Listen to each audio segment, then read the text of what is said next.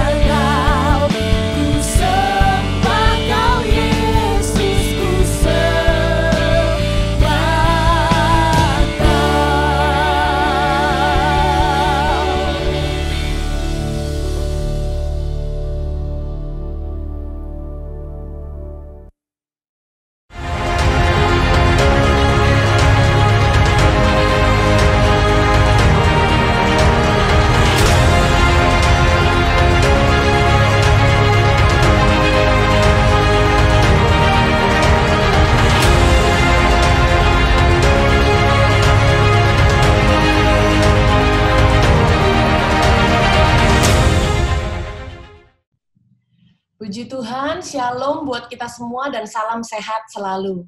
Terima kasih kepada Tuhan Yesus yang masih memberikan kesempatan kepada saya untuk melayani Tuhan, walau masih melalui screen to screen karena ibadahnya online, belum bisa secara bertemu langsung atau face to face, tapi saya sangat percaya kuasa Tuhan tidak dibatasi oleh ruang, walaupun kita berbeda ruang dan mungkin kita berbeda time zone waktu. Saya percaya kuasa Tuhan sangat tidak dibatasi oleh hal-hal tersebut.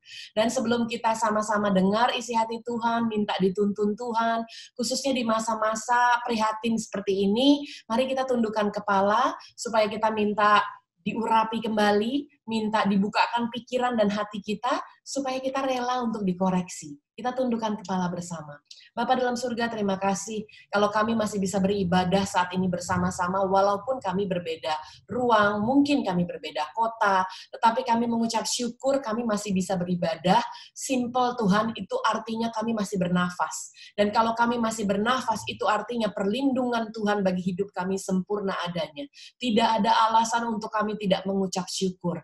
Dan kalau saat ini kami diberikan waktu untuk kami beribadah, kami tidak mau sia-siakan, kami mau pakai ibadah ini untuk memperbaiki kehidupan kami, Tuhan.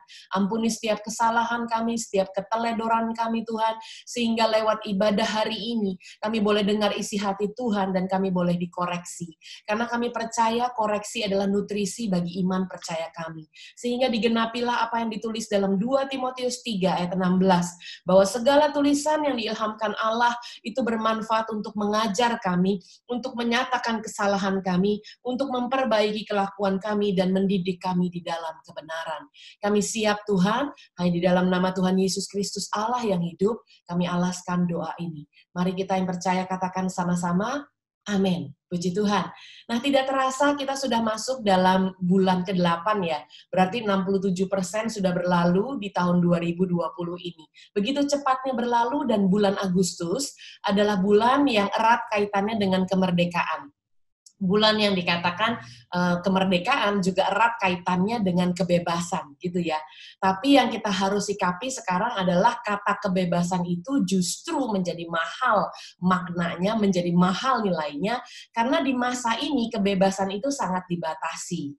Atau seperti sebuah keputusan yang diambil oleh bangsa kita, bukan lockdown, bukan juga semi lockdown, tapi PSBB, pembatasan sosial berskala besar. Justru di saat kita mengalami yang namanya pembatasan gitu ya dalam hal sosial, distancing, dalam jaga jarak satu dengan yang lain, arti dari kebebasan itu jadinya bermakna maksimal. Jadi saya membuat tulisan bahwa kebebasan itu bukan kebablasan, sehingga pelonggaran PSBB jangan dijadikan pelanggaran.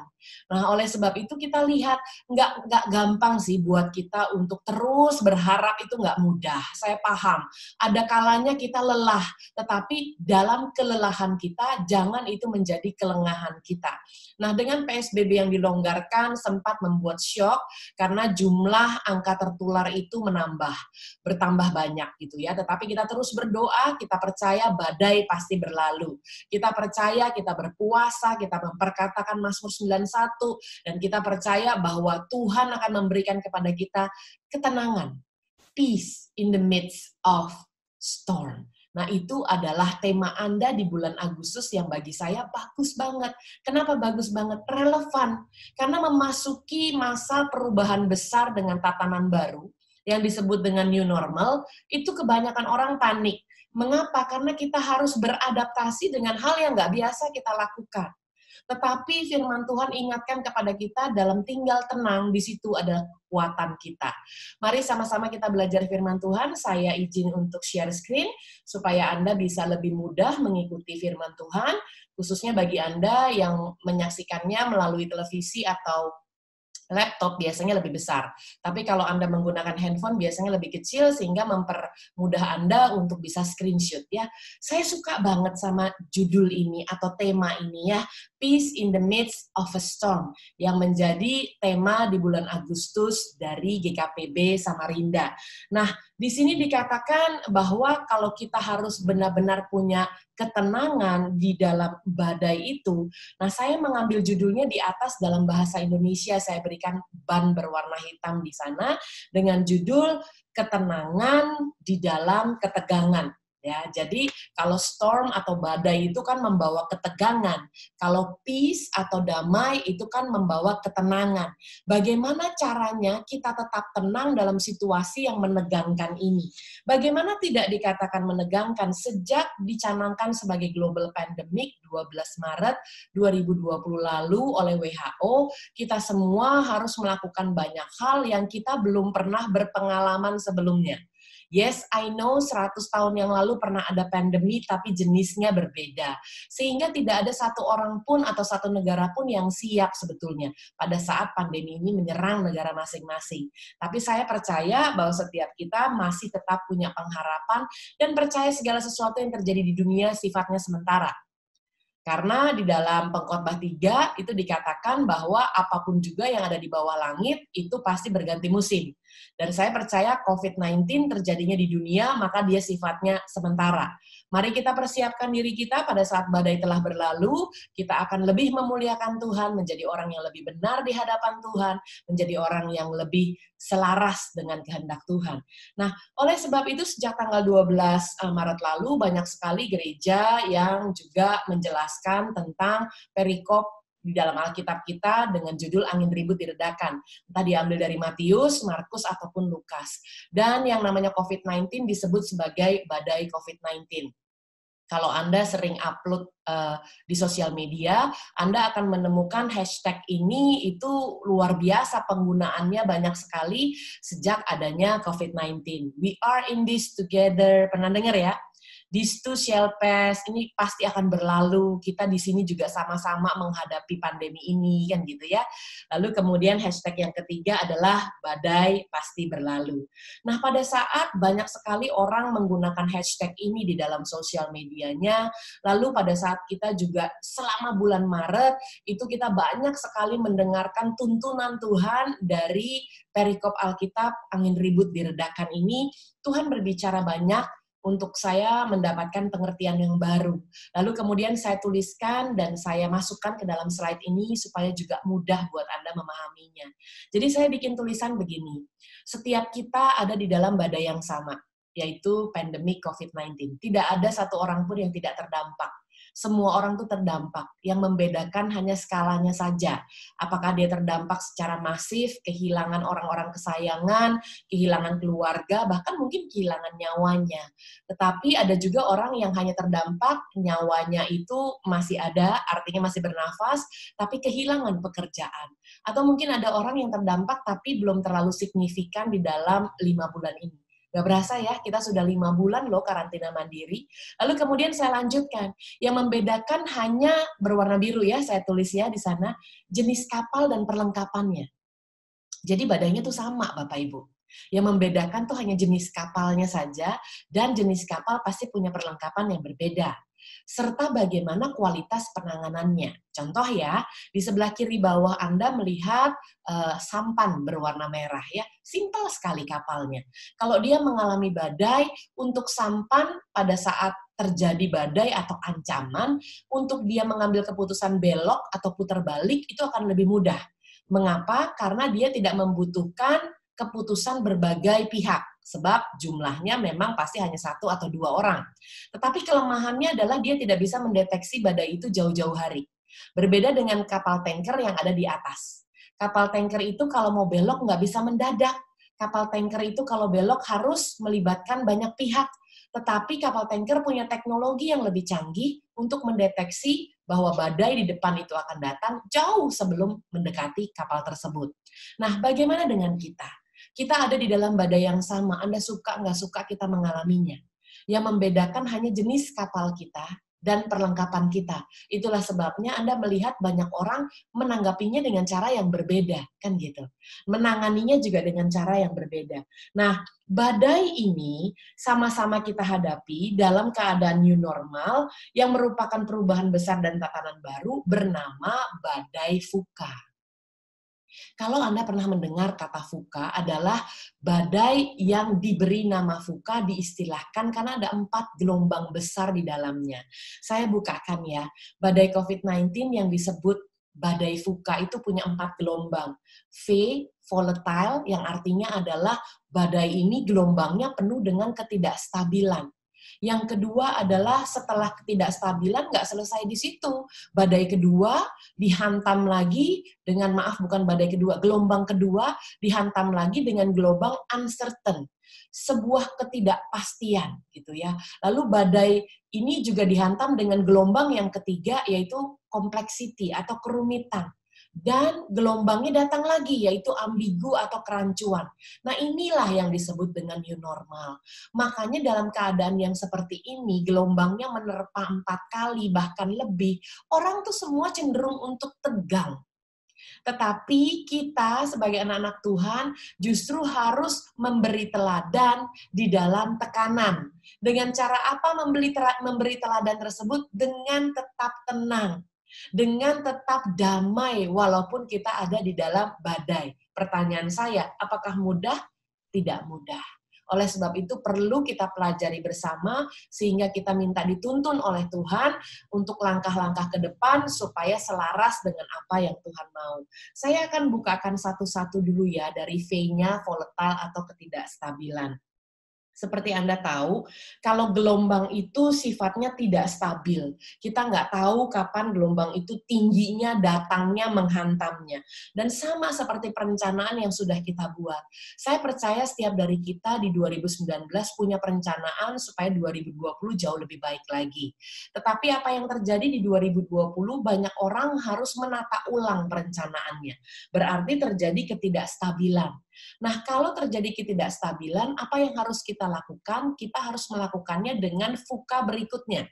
Jadi kalau kita dapat badai VUCA, cara menanganinya juga VUCA. Tetapi kalau VUCA yang pertama, penyebabnya adalah volatile atau ketidakstabilan, cara menyikapinya adalah dengan visi.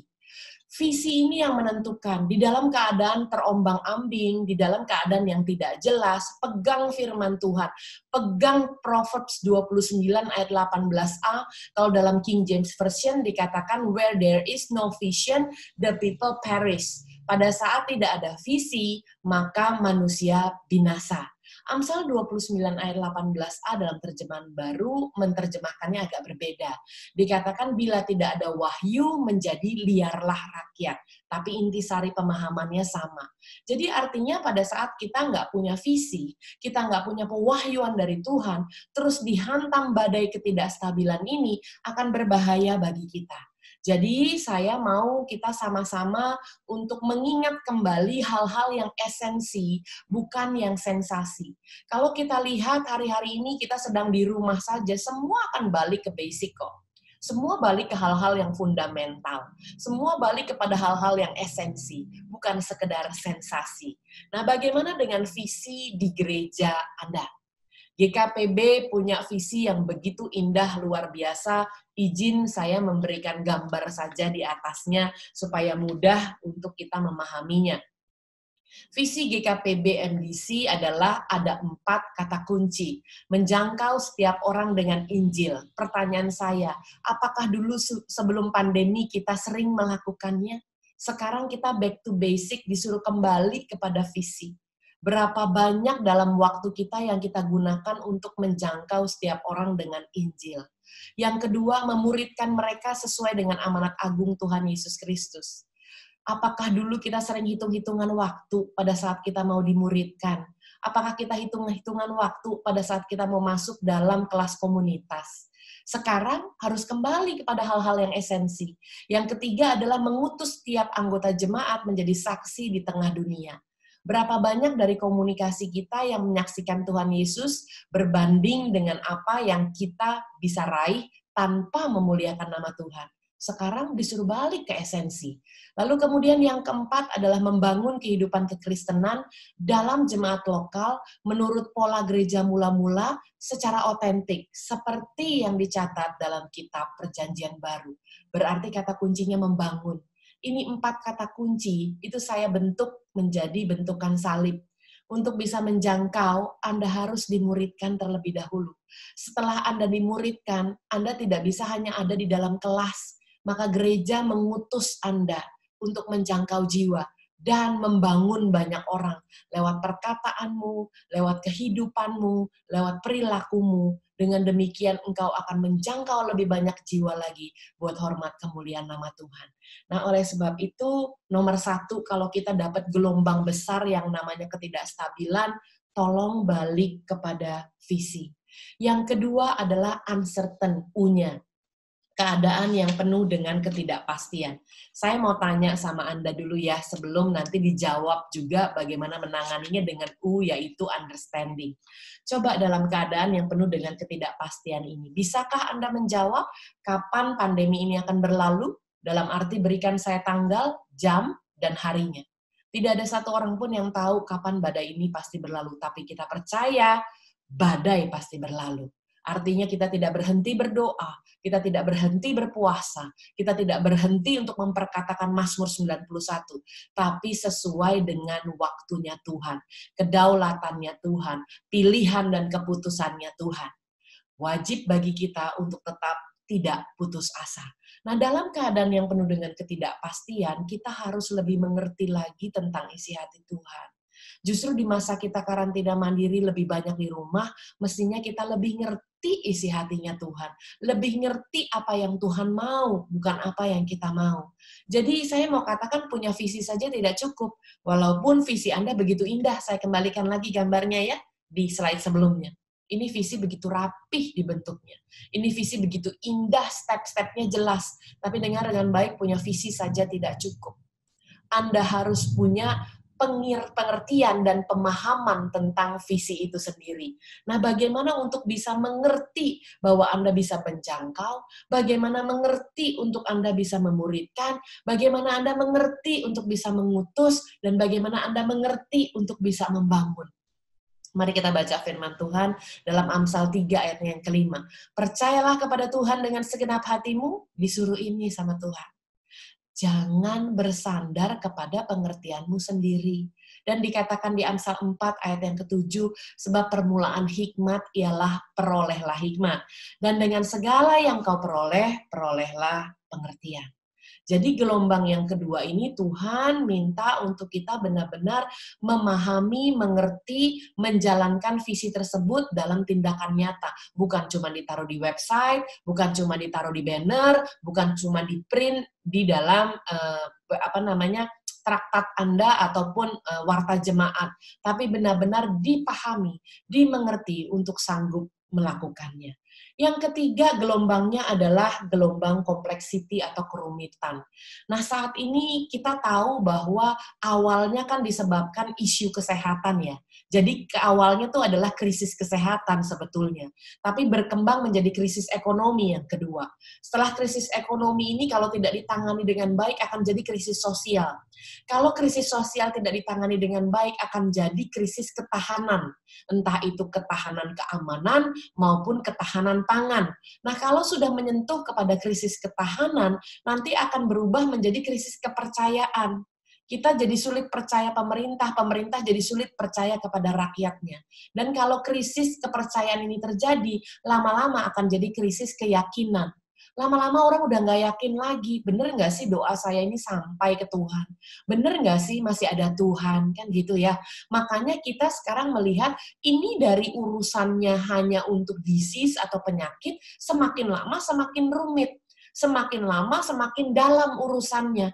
Sehingga dari krisis kesehatan sampai saat ini terjadi krisis ekonomi. Banyak sekali perusahaan-perusahaan besar yang sudah declare bankrupt. Banyak juga negara-negara yang sudah mengatakan bahwa negara kami declare bahwa kami mengalami krisis ekonomi global. Tapi kita berdoa sama-sama bahwa kita kuat menghadapi setiap tantangan yang ada dan tidak pernah menyerah. Sekali Tuhan Yesus untuk selama-lamanya. Nah, bagaimana cara menanganinya? C yang kompleks ditangani juga dengan C yang namanya clarity atau kejelasan. Nah, untuk mendapatkan kejelasan tidak ada jalan lain selain Anda memahami tentang seni komunikasi. Ada hal-hal yang kusut, ada hal-hal yang tidak jelas, caranya adalah untuk mengerti lebih dalam hal tersebut harus punya yang namanya seni berkomunikasi. Dan untuk Anda ketahui, seni berkomunikasi bukanlah seni berkata-kata. Tetapi sesungguhnya seni komunikasi adalah seni mendengar. Itulah sebabnya Tuhan menciptakan kita dengan 2 telinga dan 1 mulut. Dengan tujuan supaya kita lebih banyak mendengar. Kalau orang yang punya seni komunikasi, dia datang kepada Tuhan dalam doanya, dia datang kepada Tuhan dalam devotion-nya, saat teduhnya, itu dia tidak hanya menyampaikan keinginannya, tidak hanya menyampaikan list permohonan doanya, tapi dia juga berikan waktu untuk dia mendengar isi hatinya Tuhan. Jadi nggak dia melulu yang bicara. Makanya di dalam Yesaya 50 ayat 4 dijelaskan bagaimana caranya supaya kita bisa mendengar suara Tuhan. Yuk kita baca sama-sama ya. Tuhan Allah telah memberikan kepadaku lidah seorang murid, supaya dengan perkataan aku dapat memberi semangat yang baru kepada orang yang letih lesu. Amin. Lalu kemudian kapan Tuhan mempertajam telinga kita? Di situ jelas dikatakan bukan malam hari.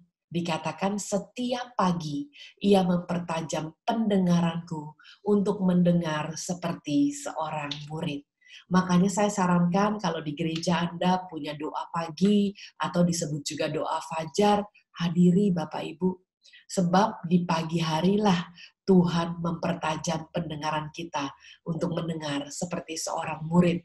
Sehingga kita bisa menambah seni komunikasi kita, yaitu seni untuk mendengar suara Tuhan.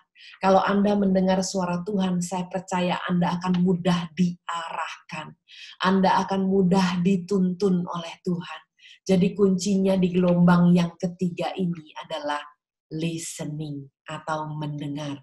Bahasa Inggris itu kata listen atau mendengar, itu kalau dibolak-balik hurufnya, dia menjadi silent. Untuk saya, Anda tidak mungkin bisa mendengar pada saat Anda berbicara. Jadi milih, kalau Anda mau mendengar, ini mulut harus stop dulu, harus silent. Begitu kita silent, baru kita bisa aktivasi telinga kita untuk mendengar. Nah ini loh makna dari solitude yang sebetulnya di bulan Agustus ini sudah disampaikan kepada Anda. Ini bicara tentang keheningan yang sejati. Anda tidak dapat mendengar isi hati Tuhan kalau Anda penuh dengan permohonan doa, ngomong terus dalam doa Anda, minta terus dalam doa Anda. Stop dulu, silent dulu, dengarkan dulu. Tuhan mau bicara apa lewat kejadian ini, lewat masa prihatin ini kepada hidup kita. Dan oleh sebab itu kita tahu bahwa yang namanya solitude itu ada maknanya. Solitude kalau dalam definisi dituliskan situation of being alone, not a condition of feeling lonely. Hati-hati ya, being alone itu nggak harus feeling lonely. Di dalam kesendirian kita itu nggak harus merasa kesepian.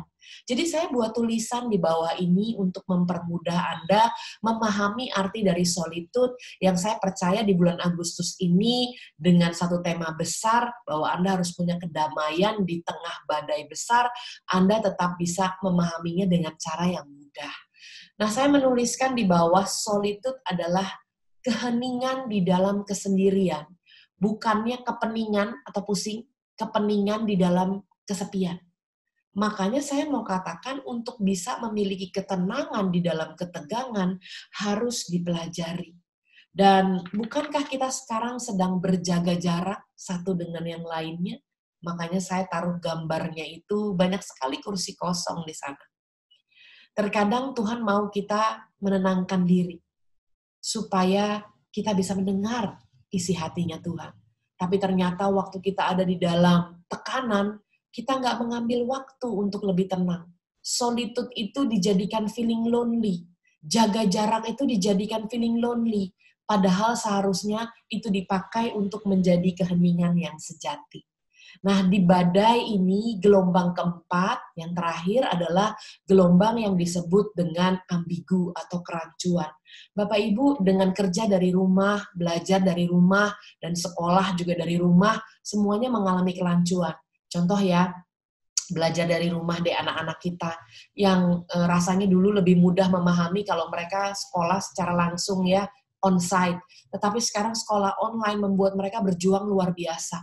Nah, ini juga menjadi sebuah tantangan besar bukan buat anak didik saja, tetapi buat guru-guru juga yang nggak biasa mempresentasikan secara online. Ini juga merupakan tekanan buat kehidupan mereka.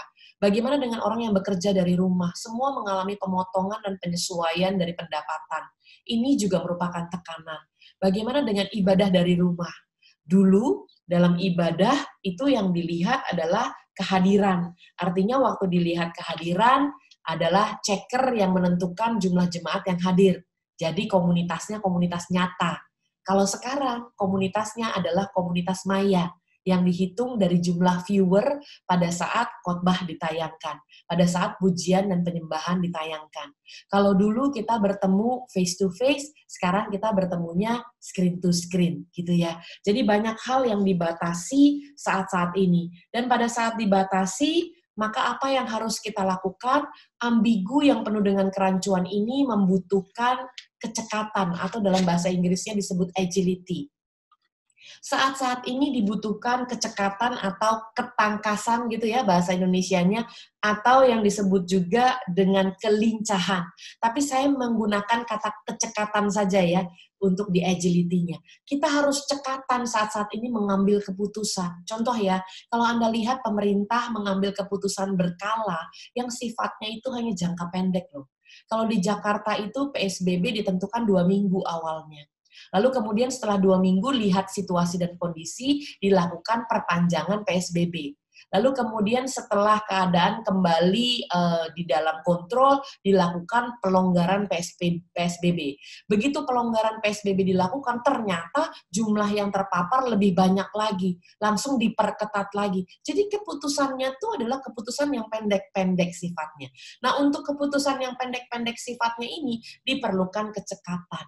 Jadi dengan kecekatan itu akan menolong kita untuk mengambil keputusan, bukan berada dalam keputusasaan. Jadi saya buat tulisan lagi Bapak Ibu untuk mempermudah Anda memahaminya ya. Saya tulis di sana keputusan adalah pernyataan sikap yang diambil sebagai kesimpulan. Sedangkan keputusasaan adalah pernyataan sifat, bukan sikap. Sifat yang diambil sebagai kebuntuan. Lalu saya summary-kan, saya bikin ringkasannya di sebelah kanan. Fuka itu dari yang ketidakstabilan, caranya adalah dengan memiliki visi tertanam di gereja lokal, di mana Anda bukan hanya ngerti visinya saja, tetapi Anda harus melakukannya dalam tindakan nyata. Dan di dalam keadaan yang penuh dengan ketidakpastian ini, coba dilihat lagi, sudahkah kita melakukan 4 kata kunci dalam visi gereja Anda. Lalu kemudian yang C, dalam keadaan yang penuh dengan kerumitan atau kompleksiti, tolong miliki kejelasan dengan cara mengaktifkan seni untuk mendengar atau solitude itu. Di dalam keheningan, di dalam kesendirian Anda, tetapi bukan berarti kesepian. Lalu kemudian yang A, ambigu atau kerancuan, kita harus punya agility atau kecekatan. Nah pertanyaannya, keputusan yang kita ambil dengan cepat ini, yang dilatih supaya nggak lelet ngambil keputusannya, untuk apa sih? Untuk kita mengambil keputusan supaya hidup kita senantiasa benar di hadapan Tuhan. Bapak Ibu, mumpung kita masih tinggal di dunia ini, mumpung kita masih ada di tempat yang sementara ini, mumpung Anda dan saya masih bernafas, sebelum kita nanti masuk dalam kehidupan kekal, berubahlah saat ini. Saya mau katakan nanti kalau di surga, itu udah nggak bisa berubah lagi. Justru sekarang harus berubah menjadi orang yang lebih benar, supaya kita layak untuk masuk surga. Pertanyaannya tolak ukurnya di mana hidup kita benar atau tidak. Kalau misalnya kita boleh masuk kawasan tertentu atau tidak, sekarang gampang diukurnya pakai satu alat namanya termometer. Anda tahu sekarang ini alat termogan ini ya, selalu ada di mana-mana sebagai alat pengukur suhu yang wajib digunakan untuk menentukan apakah Anda tuh diizinkan nggak masuk dalam suatu kawasan atau tidak. Jadi Anda diizinin masuk itu bukan karena penampilan Anda luar biasa hebatnya, bukan karena kekayaan Anda luar biasa banyaknya, juga bukan karena Anda kenal orang-orang hebat, bukan. Anda diizinkan masuk dalam sebuah kawasan itu dengan ketentuan suhu Anda normal, artinya tidak terjadi fever atau panas. Coba kita lihat ya, kalau kita pergi ke satu kawasan kan pasti kita disuruh ukur dulu ya suhunya gitu pakai termogan, lalu kemudian kalau keluar warna hijau berarti is a go, kayak traffic light gitu ya, kalau hijau itu boleh jalan. Tetapi kalau diperiksa tiba-tiba keluarnya warnanya kuning gitu, atau di situ kelihatannya agak orange ya, 37,6, wah nggak bisa ini, 37,5 adalah ambang batasnya sekarang. Kalau sampai keluar 37,5 atau 0,6, biasanya Anda disuruh tunggu dulu sementara oleh orang yang mengoperasikan termogan ini. Kenapa? Karena biasanya kalau Anda ke satu kawasan, dari mobil, jalan di tempat parkir, kepanasan atau keringetan, biasanya bisa mengubah suhu.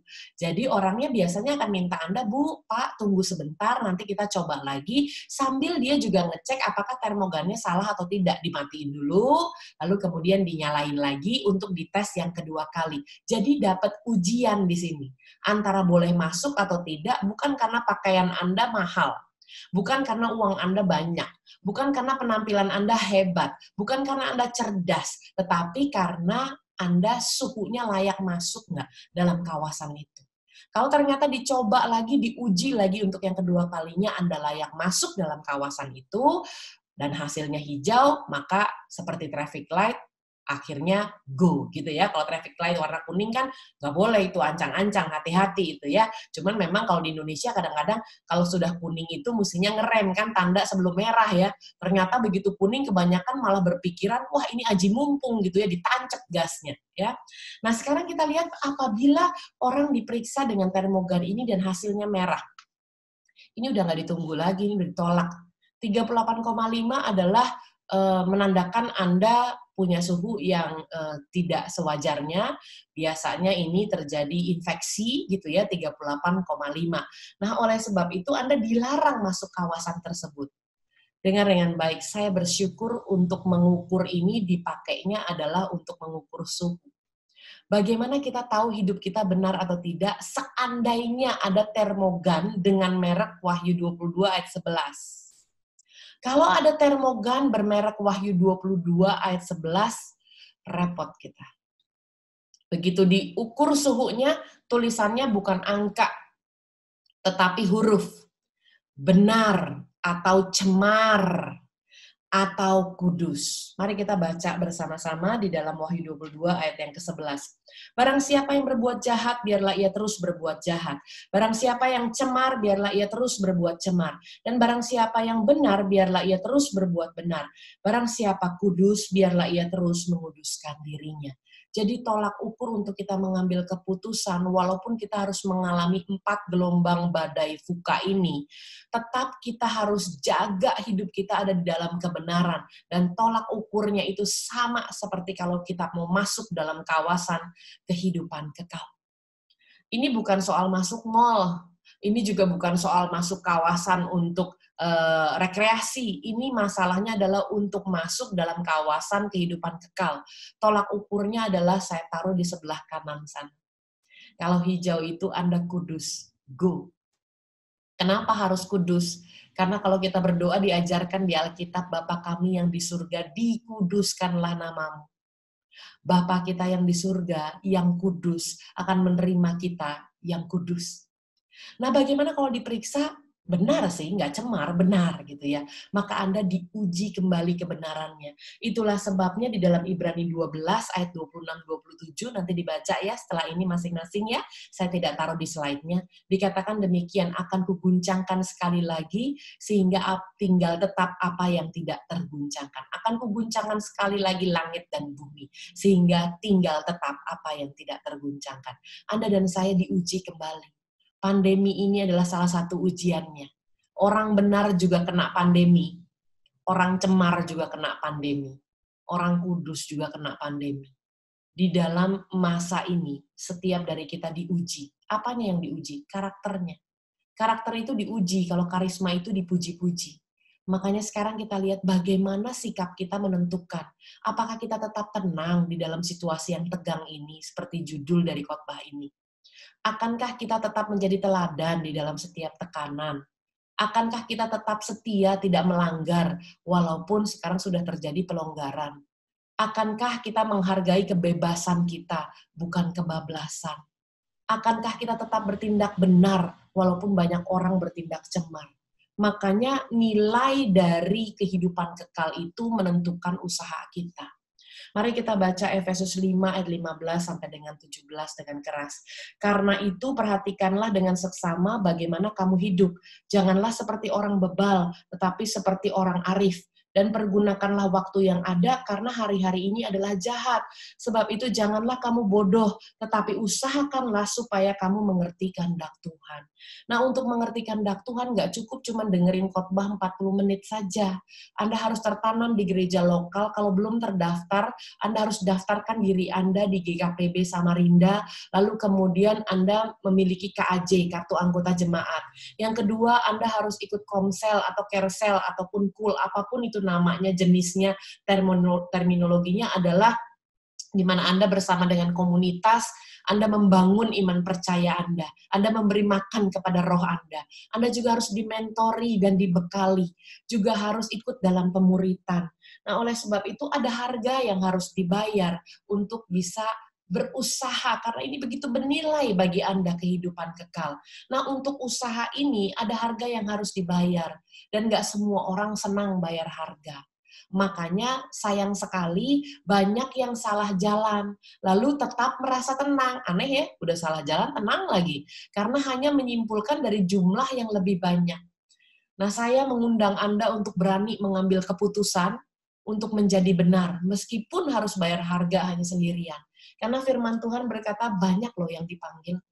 Tapi lewat ujian ini, lewat masa pandemi ini, lewat pengukuran benar, cemar, atau kudus, akan lebih sedikit yang dipilih. Nah, hidupmu adalah keputusanmu. Jangan hanya melihat dari orang-orang biasa kok lakukan. Hidup Anda tidak berstandar apa yang biasa. Hidup Anda berstandar tentang apa yang benar. Nah, makanya kita lihat yang sering kejadian tuh seperti ini. Makanya saya tulis dengan jelas, yang X itu yang nggak boleh dilakukan. Jangan benarkan yang biasa. Yang harus kita lakukan yang berwarna hijau. Namun biasakan yang benar. Apa sih yang kita lakukan hari-hari ini yang menyebabkan kita tidak lagi awas? Jadinya kita tidak lagi betul-betul alert dengan firman Tuhan. Kita kebablasan, kita melakukan pelanggaran. Nah, oleh sebab itu kita lihat apa sih yang suka dibenarkan sebagai hal-hal yang biasa. Contohnya simpel kok dalam keseharian kita. Kemarin saya sempat bertemu dengan beberapa orang yang konseling ya ke saya gitu ya, saya tidak sebutkan nama tentunya. Lalu kemudian berkata, aduh saya sudah tidak memberi nih 5 bulan ini ke dalam persembahan. Dan 3 bulan terakhir saya tidak mengembalikan perpuluhan dengan alasan pendapatannya juga dipotong. Saya menasehatkan tidak boleh dilakukan hal tersebut karena perpuluhan adalah haknya Tuhan dan memberi wajib bagi kita karena itu bagian dari taburan. Sebab kita tidak bisa menuai kalau kita tidak menabur. Dan oleh sebab itu dia katakan, ya biasa lah ya, namanya juga lagi pandemi, dengar dengan baik. Jangan benarkan yang biasa, tapi biasakan yang benar. Lalu kemudian Anda lihat banyak sekali orang tidak bayar pajak. Kenapa tidak bayar pajak? Ya habis gimana dong? Orang-orang yang lain juga udah nggak bayar pajak, udah biasa. Jangan benarkan yang biasa, namun biasakan yang benar. Bahkan banyak orang terlambat untuk ibadah online, karena nggak kelihatan kan fisiknya. Tunggu dulu dimulai misalnya jam 10 gitu ya. Carinya sudah deket-deket pada saat firman Tuhan baru nyalahin televisinya, baru nyalahin komputernya. Saya mau katakan jangan benarkan yang biasa, tapi biasakan yang benar. Dan untuk itu hal inilah juga menjadi tolak ukur kenapa pandemi di Indonesia ini dalam jumlah jadi naik lagi kurvanya. Anda lihat bahwa orang-orang yang menggunakan masker sering ditaruh di dagu dan di leher. Dengar dengan baik, jangan benarkan yang biasa, tapi biasakan yang benar. Itulah sebabnya COVID-19 menyebar dengan cepat, khususnya di Indonesia di bulan Juli dan bulan Agustus. Karena mereka biasa mengatakannya. Mereka adalah kolega saya, jadi saya nggak perlu masker, kan biasa. Dengar dengan baik, jangan benarkan yang biasa, tapi biasakan yang benar. Oh, mereka kan teman saya, udah kenal, jadi nggak perlu pakai masker. Jangan benarkan yang biasa. Oh, mereka saudara saya kok kandung. Ya, tapi kalau kandung tidak tinggal serumah, tetap Anda harus pakai masker. Sehingga kurva ini tidak terus bertambah ke atas. Saya mengambilnya dari peta sebaran covid19.go.id. Kalau Anda lihat dari tanggal 2 Maret adalah tanggal kasus pertama. Sampai dengan di situ saya cut off-nya di tanggal 3 Agustus ya. Jadi saya belum cut off tanggal hari ini karena belum sempat mengupdate. Tetapi Anda lihat yang paling tinggi mencuat itu tanggal 9 Juli, lalu kemudian ups and downs, tetapi secara statis dia tetap naik. Ya, tetap naik kok dia gitu ya. Cuman naiknya tidak terlalu tinggi, tapi kalau Anda lihat kurvanya landainya tetap ke atas. Jadi artinya bagaimana dengan kehidupan kita sebagai orang benar? Saya kembalikan ke slide ini ya, nilai menentukan usaha. Seberapa besar sih usaha Anda untuk meraih kehidupan kekal? Ada 3 langkah singkat ya. Yang pertama, kalau mau hidup benar, ada tipsnya. Yang saya pelajari dari Firman Pratama memberikan sebuah quote yang bagus, simple, dan gampang dimengerti. Yang pertama, hidup benar pasti karena pikiran yang benar. Hidup salah pasti juga karena pikiran yang salah. Makanya bagi kita anak Tuhan, pikirkanlah perkara-perkara yang di atas, bukan yang di bumi. Kolose 3 ayat 2. Pertanyaan saya selama karantina di rumah saja hampir 5 bulan, sudah habis belum baca Alkitab? Karena Joyce Meyer berkata pada saat kita mengisi pikiran kita dengan hal-hal kebenaran, maka hal-hal yang tidak benar tidak lagi punya ruang di dalamnya. Tapi bagaimana kita dapat memikirkan hal-hal yang di atas kalau Alkitab kita seberdebu ininya? Alkitabnya berdebu sekali. Padahal Anda punya banyak waktu untuk baca Alkitab. Itu adalah yang pertama. Untuk bisa menjadi benar, pikirannya harus benar. Kalau pikirannya benar, harus memikirkan perkara di atas. Kalau mau memikirkan perkara yang di atas, tolong buka Alkitab, baca sampai habis. Yang kedua adalah Anda tidak menengok ke belakang. Itulah sebabnya new normal. Kata new itu, kalau dijabarkan, saya tuliskan begini. Not turning back is the key to emerge the better way forward. Tidak menengok ke belakang adalah kunci untuk memunculkan jalan di depan yang lebih baik. Kita sudah tidak bisa kembali lagi ke keadaan semula, itu namanya old normal. Kita sekarang tinggal di keadaan new normal, tapi kita berharap keadaan akan lebih baik lagi, dan itu disebut better normal. Kita udah nggak bisa balik ke keadaan sebelumnya, tapi kita percaya keadaan lebih baik dari sekarang. Dan itu tertulis di dalam Yeremia 29 ayat 11. Janji Tuhan itu loh yang kita pegang, bahwa kehidupan kita ke depannya akan jauh lebih baik dari sekarang. Saya bacakan ya, sebab aku ini mengetahui rancangan-rancangan apa yang ada padaku mengenai kamu. Demikianlah firman Tuhan, yaitu rancangan damai sejahtera dan bukan rancangan kecelakaan, untuk memberikan kepadamu hari depan yang penuh harapan. Nah, mestinya kalau kita punya hari depan yang penuh harapan, mestinya kita tenang dong ya. Kalau kita percaya bahwa Tuhan memberikan kepada kita rancangan damai sejahtera, mestinya kita tenang dong, jangan tegang. Mestinya kita punya peace in our heart, punya kedamaian di dalam hati kita. Tergantung fokus Anda kemana. Jika kita hanya berfokus pada gelap, maka hidup kita akan terasa pengap. Namun jika kita berfokus pada terang, walaupun hanya secercah cahaya, itu dapat menuntun kita kepada jalan keluar, asalkan kita tetap tenang. Solitude, tetap tenang. Jangan kebanyakan ngeluh. Jangan ngeluh karena goncangan, jangan ngeluh karena pandemi, tapi mengeluhlah karena dosa dan bertobatlah. Justru ini saat terbaik untuk introspeksi diri. Memberikan kepada Tuhan yang esensi, bukan sensasi. Dan untuk dikatakan tidak boleh mengeluh, kecuali mengeluh karena dosa, itu ada tertulis dalam Ratapan 3 ayat 39-40. Kita baca tulisan berwarna merah ya. Mengapa orang hidup mengeluh? Biarlah setiap orang mengeluh tentang dosanya.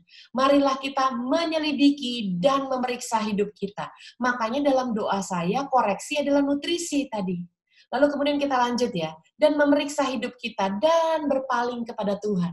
Jadi nggak boleh ngeluh karena keadaan, tapi mengeluhlah karena dosa. Selidiki, periksa, bertobat. Bapak Ibu, saya mau tanya 3 hal ini.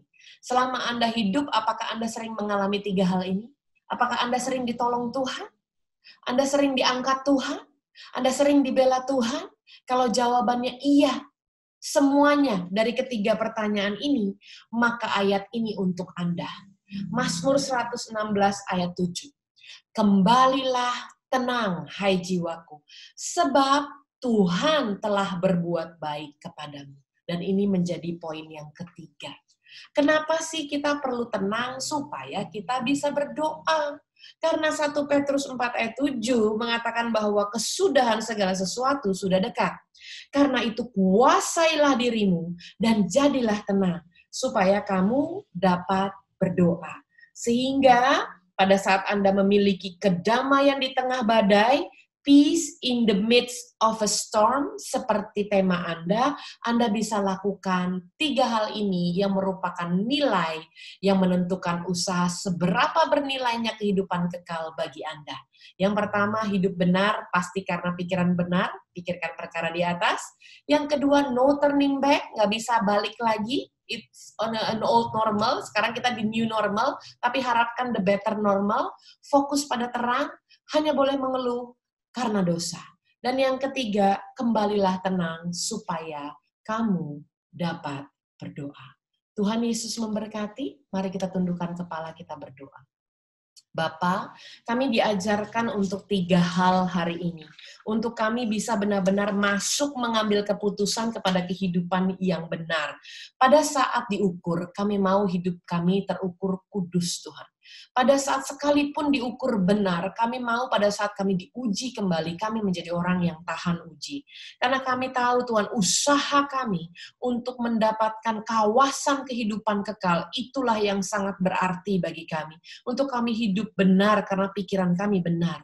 Untuk kami tidak nengok ke belakang, kami mau fokus pada terang, dan kami nggak mau mengeluh atas keadaan ini, tapi mengeluh atas dosa kami. Dan kami mau kembali tenang supaya kami bisa berdoa.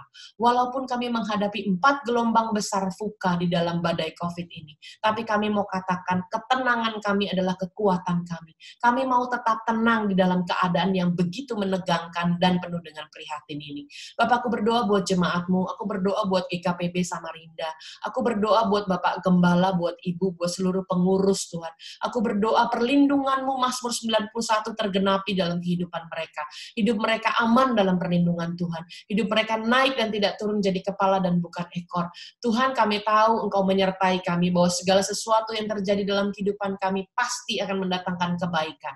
Dan kami mau Tuhan dalam kehidupan kami bukan hanya mengerti tentang kehendak Tuhan, tapi lewat gereja di mana kami tertanam, lewat gereja GKPB Samarinda ini Tuhan, biarlah visi itu boleh digenapi, di mana kami secara bersama-sama, kami boleh menjangkau, kami boleh memuridkan, kami boleh mengutus, dan kami boleh membangun. Sehingga segala hormat kemuliaan kami kembalikan untuk Engkau. Di dalam nama Tuhan Yesus Kristus Allah yang hidup, yang kami sembah, kami alaskan doa ini. Mari kita sama-sama jawab bersama, amin. Tuhan Yesus memberkati. Stay blessed, stay safe.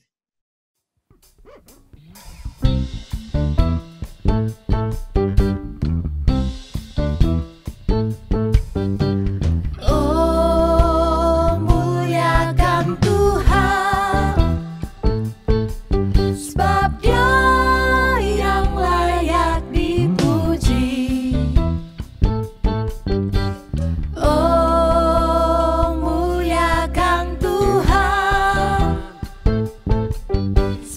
Dia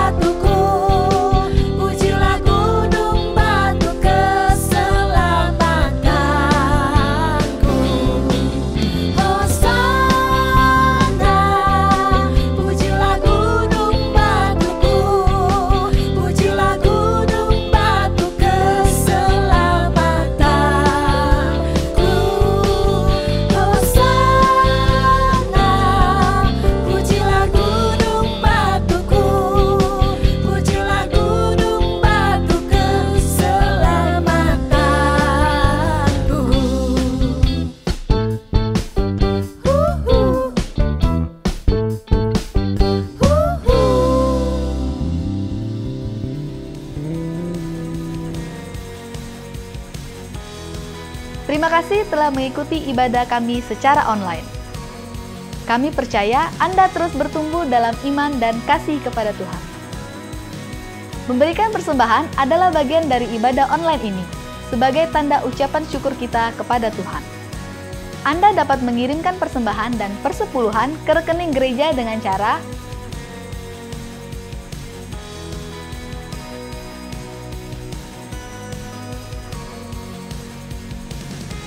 khusus para teenager, ikutilah ibadah online Image Teens setiap hari Sabtu pukul 6 sore melalui channel YouTube Image Teens Samarinda. Ibadah Star Kids dapat diikuti melalui aplikasi Zoom setiap hari Minggu pukul 11 siang. Informasi lebih lengkap dapat menghubungi Kak Louis. Doa Deeper dapat diikuti secara online setiap hari Kamis pukul 7 malam melalui channel YouTube MDC Samarinda. Selama Doa Deeper, Anda dapat mengirimkan pokok doa Anda untuk didoakan dalam Doa Deeper. Jangan lupa untuk tetap terkoneksi dengan MDC Samarinda. Anda bisa follow dan subscribe ke media sosial kami di Instagram, Facebook, YouTube, maupun aplikasi MDC Samarinda. Terima kasih telah beribadah bersama kami, dan kami sangat menantikan kunjungan Anda selanjutnya.